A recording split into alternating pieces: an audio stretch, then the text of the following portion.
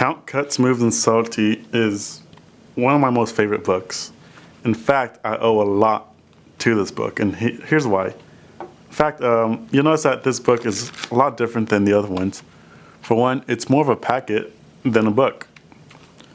Now, it's very ironic because this specializes in packet slides, which there's a nice little forward here. It's by Xavier, Mentzer, which is an amazing author. Really like his work thanks to this book. He has a very nice forward describing the difference between a packet trick as opposed to a whole deck trick, which I'm more than sure a lot of you guys already know by now.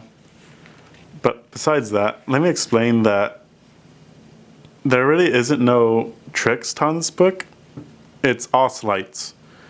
And if you ask me, I'll definitely take sleights over a trick. You can spend $30 to learn one trick, or you spend like the same $30 to learn a whole bunch of sleights. And thanks to that, you'll be able to make and create your own effects or improve on other effects with the sleights you've learned, as opposed to just being able to do that one trick. So sleights are extremely important to learn. It's like building up an arsenal of these sleights that you can get out whenever you need to or whenever you want. Roberto Giobbi from Card College in Book 5 explains that it's very much like a chef, or it's very similar to food. Would you rather be fed, or would you rather learn how to cook? When you're being fed, you have no choice but to eat what's being given to you. So there's no variety, and it becomes very tedious after a while. As opposed to when you learn to cook, you can make anything. You can eat differently every day. You can make your favorite cuisine even better. You can experiment with so many things until you find something completely new or improve on so much that's out there. So that's a little thing about sleights I think is very important. It's crucial that you get down your sleights before you learn a trick. And this book will prepare you for anything out there that involves packet, and even some whole deck sleights are taught in here. So there's nothing wrong with this book. It's only like less than 70 pages. I think it's like 67 or 73 actually, my bad. But every page in here is pure good content. So if you've seen, or I guess in better term, if you have not seen my OMSI count, that's thanks to this book. The OMSI count is regarded as one of the most difficult card sleights to master, or to at least make look good. And this book takes that sleight and makes it so easy that I was able to make it look good, thanks to this book. I'm not saying that I'm the one that made it look good. This book was the one that helped me do that. So let's see what we're going to learn. You get a nice forward, as I said, by Xavier Mentzer himself. And here's a table of contents. I know what you're thinking. That's it. Believe it or not, all this stuff, this is actually one of the few books too I've actually mastered, that I've actually read everything on it. Well, it's kind of hard not to. It's a pretty small book to read. But everything on here is so good.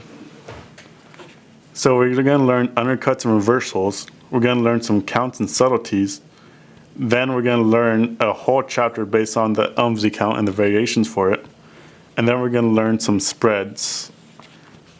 Now, each of these slides, like I said, you're thinking, what's so special about spreading cards? Or what's so special about the way you count cards?